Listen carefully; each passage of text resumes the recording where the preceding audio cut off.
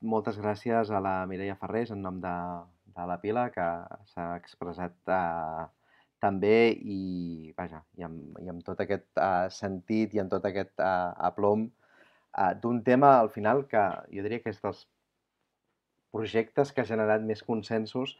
en aquest ple, sigui en forma de declaracions institucionals, sigui en forma de mocions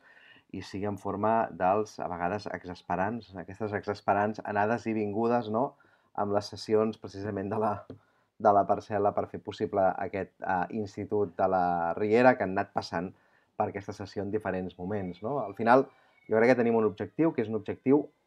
aconseguit, però és veritat que aquest objectiu aconseguit i sobre el qual no hem de patir, hi ha una partida pressupostària, hi ha el compromís que aquest institut serà una realitat, però és veritat que aquest objectiu, que no hi hem de patir, té un mentrestant. I aquest mentrestant és el que avui ens ocupa i és el que requereix la nostra lluita, no?, i la nostra atenció i el nostre compromís al final. L'objectiu aconseguit, deia, no?, és aquest institut de secundària i batxillerat en un edifici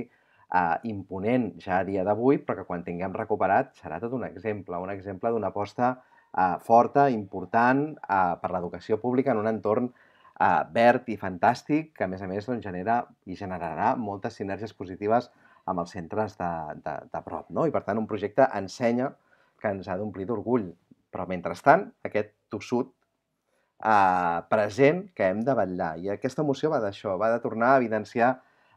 una expressió unànime en el plenari per assegurar que el projecte es manté i que es garanteixen els itineraris curriculars, encara que les obres no estiguin enllestides. Per tant, aquest mentrestant, la importància del present, d'això que ha de passar i que passarà en els propers cursos.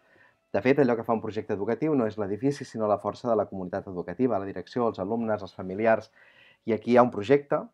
al marge de les obres, aquí hi ha un projecte que mereix continuïtat i totes les garanties. Gràcies.